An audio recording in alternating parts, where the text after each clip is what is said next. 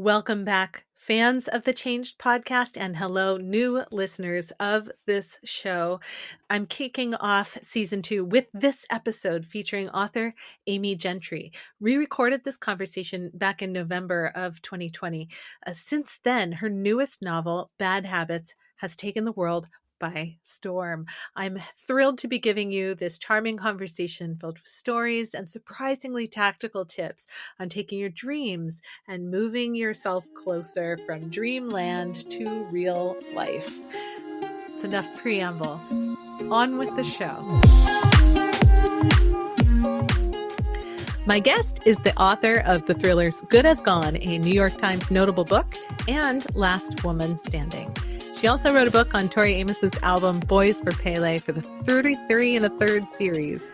Her book reviews and essays have appeared in numerous outlets, including the Chicago Tribune, Salon, Paris Review, the Los Angeles Review of Books, and the Austin Chronicle. Holding a PhD in English from the University of Chicago and living in Austin, Texas, my guest is Amy Gentry. I'm Aden Nepom, and this is the Changed Podcast.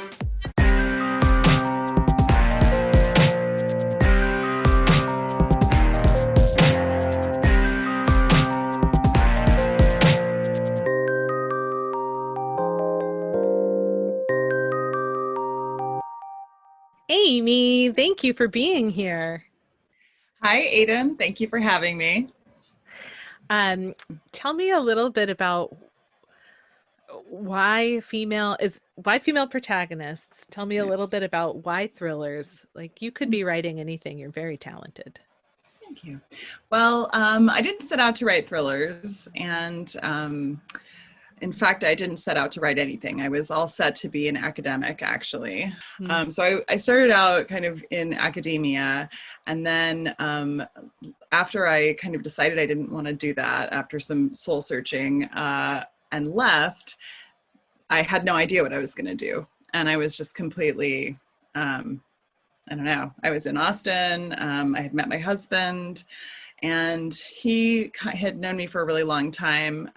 We actually went to college together, and he, knew that I had always wanted to write and sort of suggested that I just think about maybe doing what I always said I wanted to do.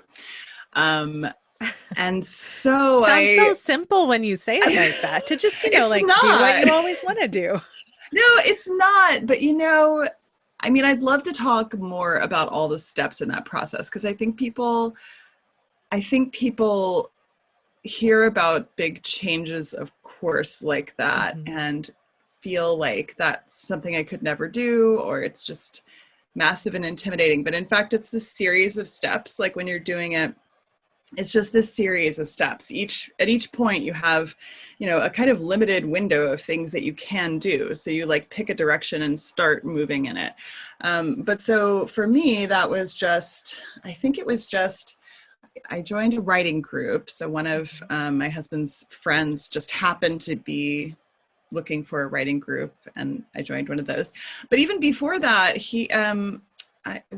I guess he was friends with a guy who was starting to edit stories at Culture Map, cultural coverage, like book reviews, movie reviews, stuff like that. And he was like, "Why don't you pitch Mike Grotman?" And I was like, "I don't know what you even mean by that." I ended up pitching a story about Dance Dance Party, which was something else I was doing at the time. But it's a female only dance experience that happens in a lot of different cities. And it's kind of a dance party, but, with no alcohol, or it's usually in a dance studio with the lights turned off. And the idea is just to go crazy and dance for an hour or two with just friends or whoever wants to show up. And you don't have to sort of worry about being in a club environment, or, of course, being in a club environment sounds amazing right now. Sure. Being in a room with anyone sounds amazing right now. Right. But, obviously, Dance Party is on hold in a physical space for the time being. I think it is. Probably there's some Zoom ones going on. You should look into it. But yeah, so I just started kind of pitching stories and doing books coverage and such. And I don't know, I'm saying it all out of order, but it's sort of over a period of several years, I was making these decisions to kind of go toward what I always wanted to do since I was 9 years old, which is write novels. And eventually I was in this writing group where we were all writing novels. I started writing on an idea that I had this idea back in, I think 2002 or three. And it was something I had kind of just written a little bit on, like, I mean, was more than a decade in the past. And abandoned. And then I just picked it up, and it had by then kind of turned into something totally different. But I didn't even realize it was a thriller. I mean, that was your original question, is kind of why thrillers. I didn't realize it was a thriller. I didn't really read many thrillers. I read, or even like mysteries or crime. I wasn't very conversant in the genre. But when the idea kind of came to fruition, like when I was about halfway or more through the book, I just kind of realized, like, this is, there's a kidnapping, there's crime, there's murder. Like, this is clearly turning into some kind of a thriller. And around that time, luckily for me, I also read a little book called Gone Girl, which you may have heard of. Yeah. That book was really big around that time. And I read it and was so impressed with it and with some of the techniques that she used. And really, it's because of that book, there was a huge boom in like female-driven suspense and thrillers. And it just happened that, I had a female-driven suspenseful book to sell. So that part maybe is a little bit more like just pure luck. That there was a market for the thing that I ended up writing. But even at the time, I told my agent and an editor at the time, it turns out I really love suspense. I love mystery and thrillers, especially sort of domestic thrillers, female-driven and feminist thrillers. But, this is probably not the only thing I'm going to write. I mean, I want to write all kinds of things, and I have written like in another genre already. I wrote a nonfiction book. And I will probably write more of these books that I love so much, but I was like, I don't know, I'm going to want to write what I want to write. So That's who totally knows fair. what that'll mean. Yeah. I love listening to you describe that there's steps involved, but also luck. And I often think that these big sort of momentous changes, like career changes or life changes where you move across the country, it's this weird combination of taking small steps in a direction, like making a choice and moving forward on that. And then, like you said, like a little bit of luck, a little bit of like right place, right time, or wrong place, wrong time sometimes yields interesting results. But there's like a recipe that we don't always get to mix ourselves.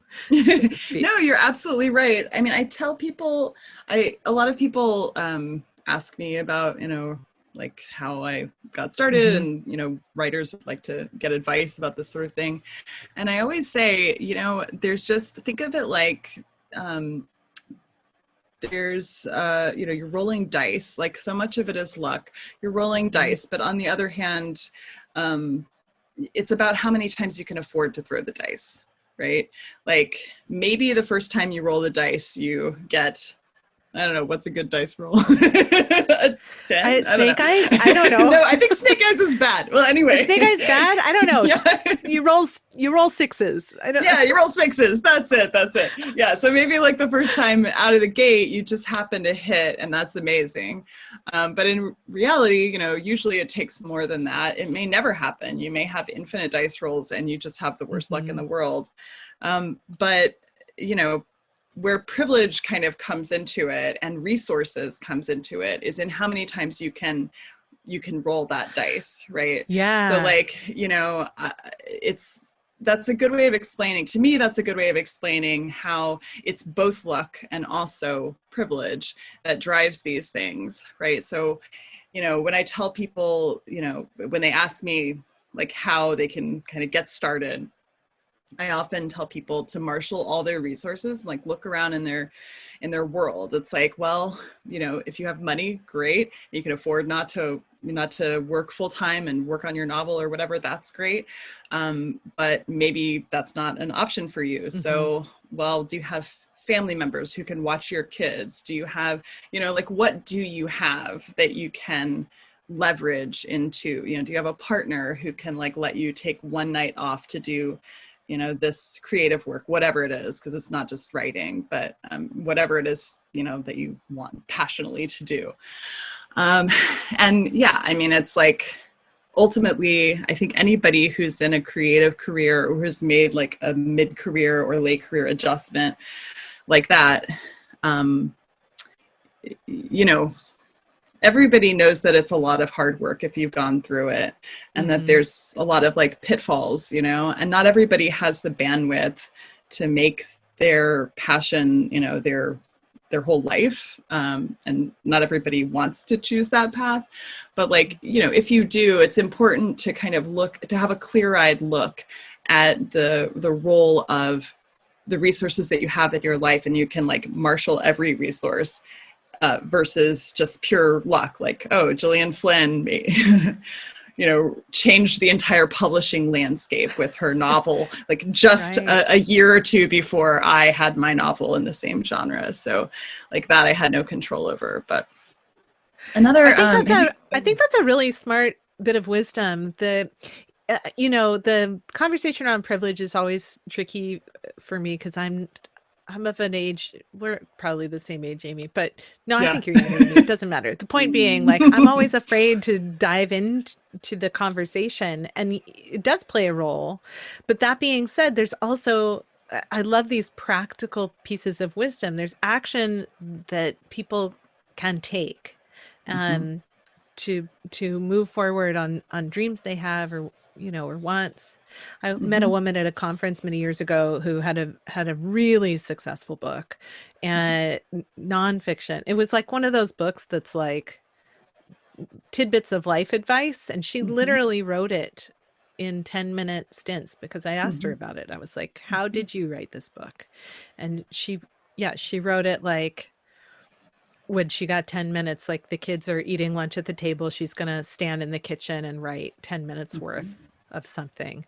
And the reason it's a book of just small bits of wisdom, little poems, snapshots of this, a grocery list, for whatever reason, it really hit with the buying audience. And then she got invited to as a keynote speaker at all these conferences to talk about the stuff in her book. And it was incredible, but it started so small. Yeah. Because that was literally all she had was 10-minute stints that she could do anything. Yeah. And the luxury to sit and the computer and stare for hours and wait for story to arrive. Yeah. I think about that all the time now that I've been writing full time now for, I guess, 4 years or something. And even so, I'm constantly complaining about how I haven't had any time this week to write, and it's so difficult. And I mean, I did have a kid 3 years ago, so that did change a lot in my time landscape. But I think all the time about people who have, who are single parents, who have, really demanding jobs and just don't have the time or the bandwidth to do much more than have these 10-minute segments. But yeah, it's part of this conversation is being extremely transparent wherever possible about how people achieve what they achieve. So never downplaying the resources that did help you get where you are. For example, in my case, a partner who had insurance and was able to take more of the load. While I was doing all this freelancing and writing this novel, I was working a lot of jobs, but they were not high paying jobs. I was piecing together my part of the income with these gigs and and waitressing and teaching high school and doing all this patchwork. But if he had not had a stable income with insurance, that wouldn't have been an option for me. I would have had to get a real job with insurance and such. So it's wow. Yeah. So, I mean, so there's a lot of flexibility involved on both your parts there. And, you Yes. know, and you brought this up before that this is a big change and there are steps involved. I'm curious because we're already throwing the word change around. I'm Yeah. curious, you know, and it means so much. I'm curious when you hear the word change, like in the context of this conversation, Yeah. how would you define, if you were going to give a definition of change? Of What any definition comes change? to mind? Yeah, like, I mean, it's a big old fat word It is. I think stuffed with so much meaning. the first thing that comes to mind is just inevitable, that change is just an inevitability. So we're always changing constantly, whether we want to or not. I Hmm. mean, there's no such thing as staying in the same place. Even if you feel like you're in a rut, you're always getting older and things Hmm. around you are changing. So I think it's just inexorable. um, I think it can feel, I think it's very scary because it's something we can't stop. Hmm. Um, and a lot of people cope with that feeling by trying to keep things, as under control and the same as they can. Um, Yeah. What's and your other personal people, relationship? What's your personal relationship to change? I mean, and I love you know, it. full disclosure, like we met and then you took an improv class from me many Oh years ago. yeah. I couldn't even remember how we met actually. That's where we met. You were an improv Yeah, student of mine for, for a right. minute. Like I remember Yeah. trying to convince you to go to the next level. You were like, I think I have had what I need from here. Thank you. Yeah. Yeah. Um, It's hilarious how, as a person who espouses change and risk taking and stuff, I'm like, yeah, I'll take a pass on improv. No thanks. It's like my husband is fantastic at it, but yeah, I'm like, yeah. I just wanted to see what all the fuss was about, But that but was yeah. during my exploratory time. I mean, when I was taking that Oh, class, cool. part of the reason is because, I had this conversation. We were having hard conversations all the time at that point because I had been training in a PhD program for 6 years to that's professional training to become a professor.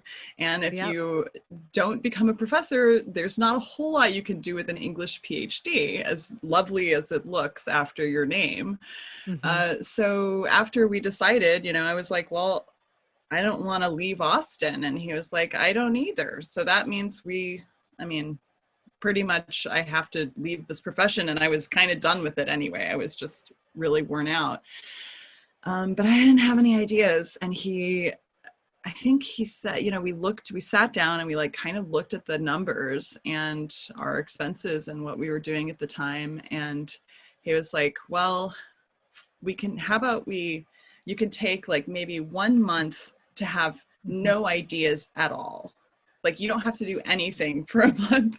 And but Wow. maybe for 3 months, you can just do anything you want. Like just do whatever, like, chase like It's butterflies, it's such a like mathematical approach to something that's completely non-quantifiable. But I think it is. I mean, this is the thing. I really like to demystify this stuff because it's dollars and cents and space in your house and time in your life and years and health, These are the things that go into the ability physically to pursue your dream. And I think one thing that chases a lot of people away from the idea of pursuing their dream is that they hear this sort of, people like me who are very like woo woo, like mystical type people who just love taking big risks or whatever. They hear people Uh-huh. like me talking about it and they're like, well, but that's not how I am. I need like a Yeah. solid life and I just could never be like that. So it's clearly not for me. But I think, I don't think it would have worked necessarily for me until I was ready to approach it in a more, it's methodical is not the right word, but just until I had a partner in my instance who was just really capable of like holding down some of that more like practical stuff and just talking it through. Not even like, the support obviously very important. Hmm. The fact that we are living together, so our expenses were less and such. But even just having someone to talk about it and come up with that number of like 3 months. I tell people that all the time now. I say, break your life into quarters, just have a quarterly goal. You have your long-term goal of like, well, I want to be a best-selling author or whatever. But right now I'm a lawyer or whatever, where I don't have a job or I work at a restaurant. So let's see, like, what could you do in the next 3 months? Because that interval seems really key to me. Like, it's long enough to make a difference in your life, but it's not a whole year. It's not half a year. It's a season. By the end of 3 months, you can like take stock of what's happened in the last 3 months and just kind of be like, well, what's the verdict? Where are we going to go next? And you can like correct course if you need to, or say, this isn't working. Honestly, I don't really want to do it anymore. I'm going to go back to doing this other thing. So yeah, that was like, it was like 3 months of chasing butterflies, and I took singing improv, and I talked to Karen DeWitt about like having like a cake decorating business. I thought about going into cake decorating. and I guess I was probably working I went back and started waiting tables and did some other like weird odd jobs, and just explored. I applied for all kinds of weird jobs doing random things, because I just did not know what I was fit for at that point.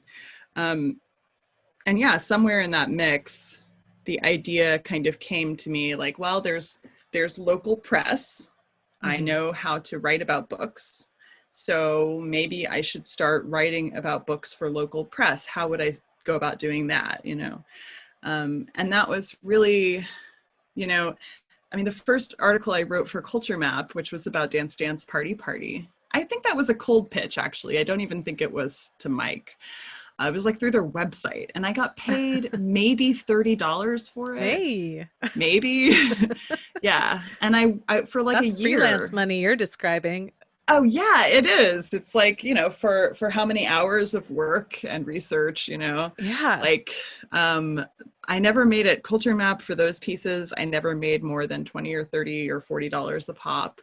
And then it was just kind of, but from there, it just started to look more, every time you get to a different place, even if it's just a small stepping stone, like the perspective is different from this stepping stone. Like now you're closer to a different one, and like all your options change every time you take a step in any direction. So even if there's like no way you can get to like your destination from here, like that's why it's so important to measure your agency in terms of what you have right in front of you, not in terms of like an impossible goal. And yeah, okay, well, let me tell you one other thing that I did that I think probably other people have brought up before, but have you read The Artist's Way by Julia Cameron? You know what? I have not, but I am super familiar with its place in the lives of a lot of really respected people in my network, friends, but also extended network. So I know that it's been an impactful book for many. It has for me too. I am one of those people. During the butterfly chasing phase, I was also, I went to a women's group of just a few people, like a few friends, basically, and we did The Artist's Way together. And that book, I have to say, it's very woo-woo. A lot of it is kind of ridiculous, but she talks about this very phenomenon. She's very good at describing to you, kind of evangelizing for this idea of just kind of becoming really open to, to like any little thing that might kind of enter your radar. She's just really good on, taking advantage of things that you might have not even noticed before, like sort of readjusting your worldview in order to encompass this like new set of goals that you have. And yeah, I still do a lot of the stuff in her book that she recommends for like an artistic practice. I still do to this day. And that's been, I don't know, 8 or 10 years ago, almost 10 years probably. So that is another thing for me. That's awesome. Well, so one of the things I like to do with my guests is I like to have you tell a story um, from a specific moment in time, a fork in the road moment in your life. And when I ask people to identify these stories, for some people, um, they're like, I have too many stories and I'm gonna tell you all of them. So it's going to be hard to pick. Give me a second. And for other people, they're like, I don't know. My story is just my whole life is my story. So they have trouble identifying like a moment that was a fork in the road choice. So I'm wondering, Amy, if you have a story that you might tell us of a moment in your life where everything changed. Yeah, I'm clearly the person with too many. I would love for you to tell us a story of one moment in your life. Yeah, this was I guess I was fresh out of college, maybe. I had already made a series of stupid choices that led to my like I had already moved to Portland, Oregon and moved back because I don't know, because I was having whatever drama I was having at the time. And when I came back from Portland, I was sort of washed up and tired. I'd been trying to be a novelist, to be honest. I had been trying to be a novelist and I just couldn't make it work. And I came back home and was like sleeping in my parents' spare room and then my friend's sofas, trying to like figure out again what I was going to do. And I re-met this guy that I had always had a crush on my entire college life. He was like, in my heart, the first time I saw this guy, I was like, this is him. This is the one. Spoiler alert. I'm not married to this man.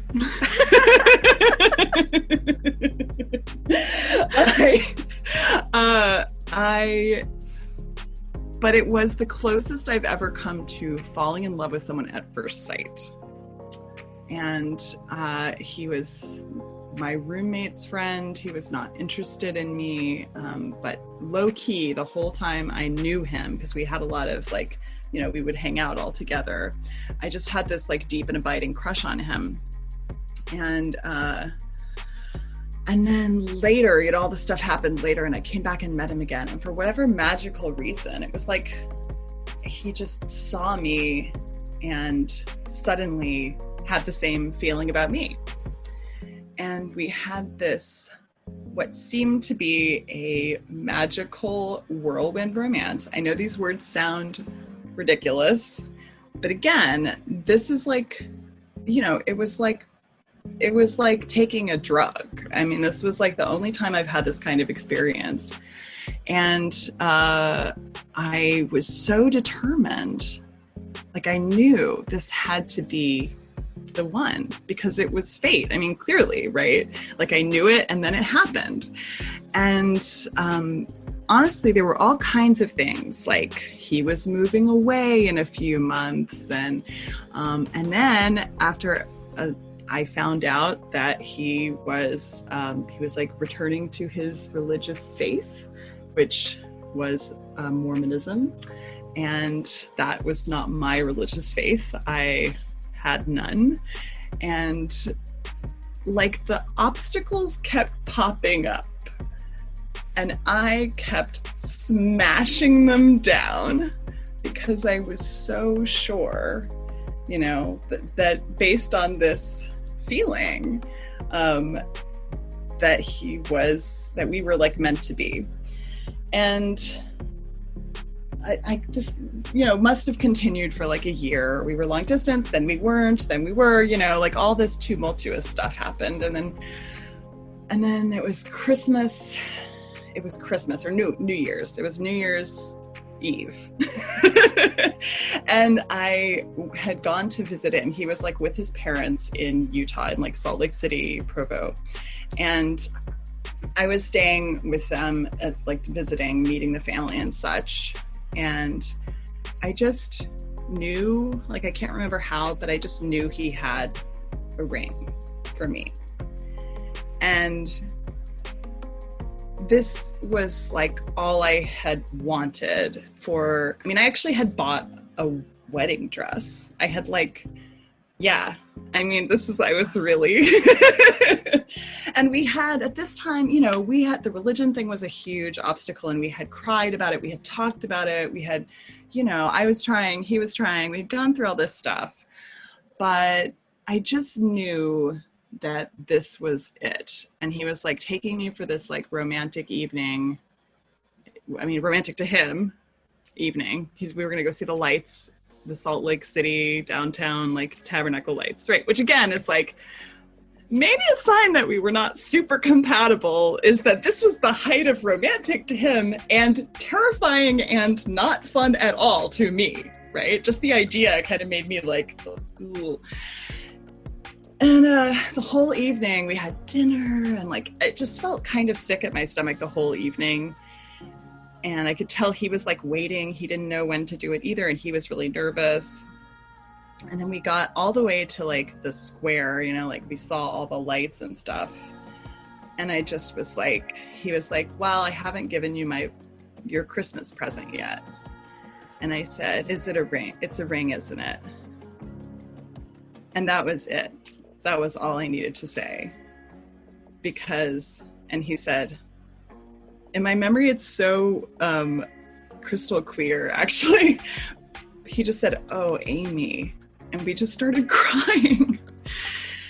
And I have to say, I know this is a very dramatic story. It's like one of the most dramatic things that has ever happened to me. But part of the deal with this relationship is that it was so intoxicating and high drama, you know. I was so high on the drama all the time, even though I thought what I wanted was for all the obstacles to be out of the way and for us to just be together, you know. In the moment when it was really happening, something in me just knew, like it wasn't even an option to say yes. And I think about that moment, I mean, for a long time, I didn't know what that moment meant. I mean, in the moment, I didn't even realize we were going to break up because I was just like, I'm just not ready right now. I mean, you know, I'm sure we can work this out. Let's keep working on it. And he was like, no, we're clearly breaking up. He had to actually move across the country, you know, to get away from me because I was so sure we could still make this work, even though I had turned down his marriage proposal. And that's the moment. I think that's a moment when, I mean, it changed everything in a really literal way, because I would have married someone not compatible with me because of hormones, basically. And because of like fantasy, because of my following butterflies nature. You know, I was really wrapped up in a fantasy of what love was supposed to feel like. Mm-hmm. And I didn't do that. And I think, but I think it also, I just kind of go back to that moment periodically to remind myself that I can trust myself. Do you know what I mean? Yeah.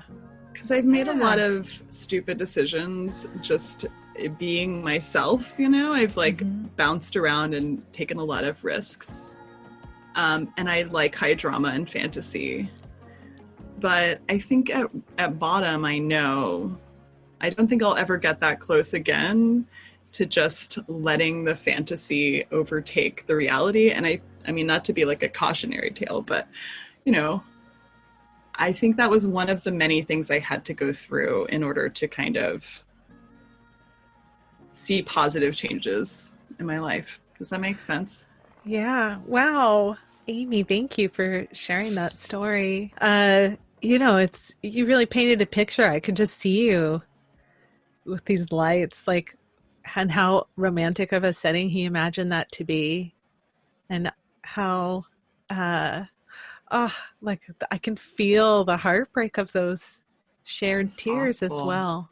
Oh, I'm Yeah, sure. I think I mean, I could have ruined his life too. That's the thing. Like, I mean, I don't keep in touch with that person, but my understanding is that he is happily married to someone who shares his values and has the life that he wants.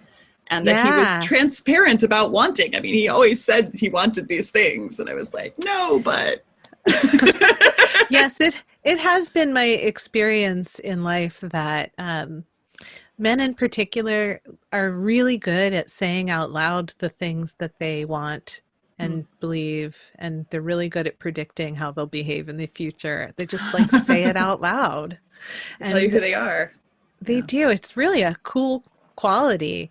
Um, and this is of course a huge generalization. It's just been my experience as a cis woman who's only dated men. So that's the experience that I have to draw from. Um, so, you know, It's funny you should it's, say that. Yeah. Oh, sorry. I'm sorry. Were you finished or? yeah, yeah, yeah. I mean, no, am I ever? I love talking, but, but, I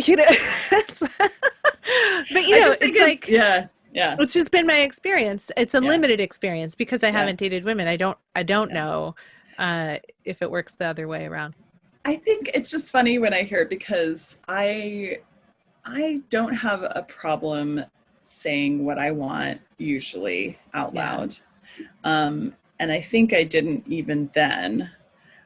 Maybe I have trouble hearing other people when they tell me that stuff. And Yeah. I think if anything, I have a tendency to I have an ability to spin a I don't know a spell. You know, Hmm. I think in that case that guy was really trapped in my fantasy to a large degree of Mm, what we could be. I mean, I think he liked or loved me too, but I think he had a more realistic idea of our incompatibilities, and I was like, like it was like sustaining to both of us. I was producing this like yeah. romantic aura, and I think that's actually also like obviously can be incredibly useful to be able to spin that a feeling for somebody. It's great for a storyteller. It's a very, very good trait to have as a Yes. storyteller. um, but it's also kind of dangerous. Like you can fool yourself, and you can fool even other people without even intending to. Yeah. I don't know. Is that Well, you alluded to it a little bit, but what do you think would have happened if you had accepted that gift? Do you think you would have actually gone through with a wedding had you you know accepted that what? initial proposal? You know what? I don't think so. More and more, I think, especially having gone through a wedding with like a real person who's now my husband Right. that I actually am super compatible with. Yeah, and knowing all that that entails. No, actually, I like to think there would be a million chances to say no Sure. to it. And I think the closer I got to it, the more I would see. But it's funny because I've done other things like go to grad Hmm. school and get a PhD that are like not dissimilar to marrying a Mormon in that they were not the right thing for me. And like I had to get that ring. Like I got that diploma. I went all the way and got Yeah. married to the academy, and then was like, nope, ending it. I gotta cut and run. It's So sorry, it's a really funny expression that you just used. Um, what do you think? I mean, okay, that. So, two things. One thing that popped into my head immediately was this idea of wedding as a test for marriage, because I think if you haven't been through a wedding, there's this sort of romantic idea of what a wedding is. And if you've been through a wedding, what it really is, I feel like I'm pulling back the veil now. No one's going to want to get married, but what it really is a test to make sure you actually want to be married to that person. Because if you can get yeah, through the wedding process, yeah. and still show up and be like, I'm radiant, it's like, I don't know how you know, radiant I was by the end of that process. I think I was pretty like, right? oh, yeah. It's a strangely stressful It's process, the really wedding planning stressful. process. It's just Um, like putting on a play. Yeah, it's like putting on a really insane play. Yeah, an insane play that's only going to last for, a few minutes Yeah. and then be followed by a giant party. Party. Yeah. I think the couples who are getting married this year don't really like they don't know I don't want to, this is really callous of me to say. I know what you're gonna say. It's really callous, but in many ways, just, I don't know, it's probably wrong. In many ways, I think that this is a great year to get married, because keeping it so Love it. small and like not being able to do the things Yeah. that are expected of you. Yes. Like there is some freedom there. It's a silver lining to a very dark cloud, is maybe the best way to say that, because obviously getting married this year would carry with it all kinds of other stressors that we didn't have to deal with. So, I think it's very brave of you to say that, Aden. I really do. I think like I really, really, I admire you for saying that, because I feel like I really commiserate. I mean, I empathize so much with all of the people who are like having their, particularly if they've financially invested in their weddings. Usually they have that part. That part I feel very sad. That stinks. They're like losing deposits and all that. And they want to see their parents and have their parents there or whatever. Like it's horrible for all those reasons. But I did find myself recently, like a couple days ago, talking with some people on social media about how, I mean, for me, in retrospect, my wedding is like the least favorite thing that's happened in my marriage. I wouldn't say it's the worst day of my marriage, but similar to the way that like a lot of people have very wonderful childbirth experiences. And I am so happy and not at all jealous of those people. But for me, like one of the worst days of my life was it was an incredibly like difficult traumatic labor culminating in an emergency C-section. And like, I'm happy that some people don't feel that way about it. But for me, I'm like, yeah, that was my least favorite day of my baby's life, of my child's life. Yeah. And it's kind of, it was worth it. It was a very important day because now I have my kid who I love. But that's how I feel about the wedding too. It's like, it was just this unpleasant thing that had to be got through. The difference is, no, they both cost a lot of money. And they're both very physically demanding. And people tell you that both things are so amazing and that you're just gonna love them. At least people are honest about one of them being physically painful. Yeah, but they don't tell you half of it. Like you don't. No.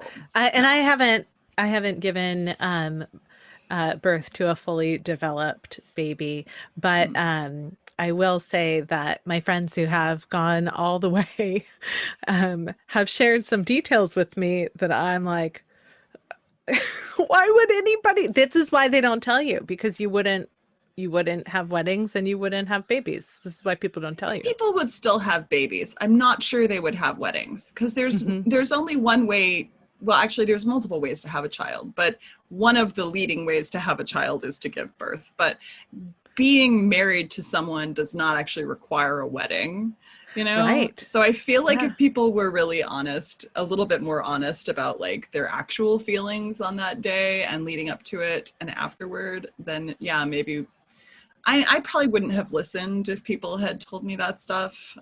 Even I thought I was being very cool about the wedding too. That's the funny part. I was like, well, we're going to do a lot of it ourselves. It's going to be a giant mistake. Yeah. Everything about it. I was like, we're not going to get sucked into this like machine, it's like, it's all going to be really special to us and it's going to be about what we want. But it's actually, truthfully, that makes it like 10 times as hard if you insist on breaking it into a series of individual decisions that are all meaningful. You just quickly lose your mind because it's so much work. You would have to devote your life to it full time. Whereas like, if you just kind of don't care that much and you just throw a chunk of money at it and are like, okay, put me through the bride machine. Now I'm a bride. Like, then you actually, at least you have more sanity, I think. I think that's But probably true. I wonder what else in our universe is like that, like I think what's interesting is people have this constant desire to change what it means to have a wedding. I mm-hmm. think I think that's something you and I have in common. We were like we want we want it to feel personal and we want it to feel meaningful, and that's actually what the marriage is. It's personal and it's Yeah. meaningful. It's like the But the definition of personal. Yeah. if somebody had told me a wedding is a costume party, it would have been a Yeah. totally different Yeah. experience in planning it. And that's essentially That's what it basically what it is. is. It's a Yeah. I mean, costume party. it has its moments, but Really good I mean, one cake if thing, you do it right. I made my own cake like an idiot. Oh my God, how have Made we my not own talked cake. about cake? Okay, so Amy, this is, and this, at some point we'll wrap this conversation up and I'm going to have to make some serious edits, but I have to talk to you about your cakes because Oh your yeah. cakes are incredible. Thank Is you. that a new thing? When did you start doing cake? No, I started doing it when I was a child. I mean, you mentioned Actually. talking to Karen Jane about baking. Yeah. And for people who don't know who she is, Karen Jane is an incredible baker. If you're not following her on Instagram, The Instantgram. the Instantgram on the interwebs. Come on, Grandma. If you're not following Karen Jane on Instagram, you should, because she has a lot of great stuff that she posts there from time to time of the baking that she does. So you've been baking since you were a kid. I'm going to be posting, by the way, a picture Not on the show. baking, just decorating. Well, I'll be Yeah. posting in I the have to show notes correct one it. of your Sesame Street inspired Oh, character cakes because yay. it's Thank just you. so cool. Yeah, I know it's just all about, I'm not actually good at baking. That is a common mistake. I use cake mixes and, yeah, I mean, I'm okay at it, but I just like decorating, and I started doing that when I was little because I found my mom's Wilton yearbooks. The Wilton is like the cake decorating. They were like big in the 70s. Yeah. And now all the techniques have really moved past Wilton. Now there's all this YouTube stuff. But I found her old like magazines, yearbooks, things. Uh-huh. And I just would like read them obsessively because they were just pictures of like amazing cakes. It's like a book full of just cool cakes. Mm-hmm. And then I started reading them and I knew that my mom had the supplies from her class that she had taken like before she went back to work. And yeah, so I just started playing around with it. She got me started and showed me how to do the stuff a little bit, but I was like obsessed with it at a certain age. And then just like probably starting in 7th grade is when I really started like making real like decorated cakes. And then it's just something I go back to every once in a while. I don't like, I mean, now that I have a kid, like that's like the whole reason for cakes, you know, like having a kid is such a good excuse to just spend like, they take me like 8 hours, maybe like 10 or 12 if you count like supplies and preliminaries and stuff, and design also. It can take like more like 12 hours, but the actual decorating takes like a solid 6 to 8 hours to do usually. So I don't do it all the time. And I don't even like, at this point in my life, I don't really want to eat a bunch of like icing. I mean, I buy other people's cakes that taste really good, you know? Yeah. But my cakes taste great to a 3-year-old. I mean, they're still tasty. They're like a cake mix with like icing on it. So it's going to taste good. But by the time I've been decorating all day, I don't even really care about eating it. Anyway, so yeah, that's all. Art. I've made wedding cakes. Awesome. It's a piece of art. It's a form of self-expression. Can you imagine if you had never found those Wilton yearbooks? Like if my mom had thrown them out and if she hadn't like pack ratted them away. Yeah. That would be really You'd sad. have to have some other form of artistic expression. I like to do a lot of things. Like I like to do a lot of little things. I do a little music, you know, little instruments. I like to write songs. I'm not great at any one thing, except I think I'm pretty good at writing. And that's why I've always felt like that's where it really is. But I get bored the world really easily. seems to The world seems to agree with you being We'll good see. at writing. Yeah, they haven't seen my amazing cakes. No, just kidding. Well, they will now. Well, Amy, I super appreciate you taking a bunch of time and effort. A lot of time. I'm sorry, way too much time. Nonsense. It's always a pleasure. I've had a handful of conversations with you over the years, but they're always awesome. Yeah, same goes. I would talk to you more, but I'm not going to. Okay, cool. But here's what I want to say. I just want to say super thanks. And also, are there any last thoughts or reflections on this idea of change, or on what it means to become a writer, or on decorating cakes that you want to share with anyone before we go? Well, they actually I'm going to bring them all together into one succinct bit of wisdom. So just sit back. But I think actually I have been thinking that we've talked about a lot of big momentous kinds of changes, and like the things that we do to mark those, like the wedding, having a child, moving across country, changing your career. Yeah. But to me, it kind of comes back to that idea of just every big change is actually a bunch of tiny changes, and you don't have power over everything that happens to you in your life. But there's always like a very narrow range of choices, and if you can pull back, and if you're feeling powerless to change your life in a positive way, and you can pull back and into that really micro arena and just be like, well, what am I going to do, today or tomorrow or this week or in 3 months? That's how I think that's a way to, if not gain total control over changes, at least to feel happy about them and integrated with them. That's been my experience. Not unlike making a cake. I won't go down that analogy, but I could if I wanted to. I could tie it all together. I love it. I love it. Thank you so much. So Bad Habits, February 2nd. And you can always get my first 2 books, Good As Gone and Last Woman Standing, wherever books are sold. And I encourage you to go to your local independent bookseller for them. Samesies. You'll have a link to Powell's in the show notes here, because that's my local bookseller. Awesome one. It's a good one. It's a good one. As for you, Amy, thank you so very much. What a great conversation. Thanks.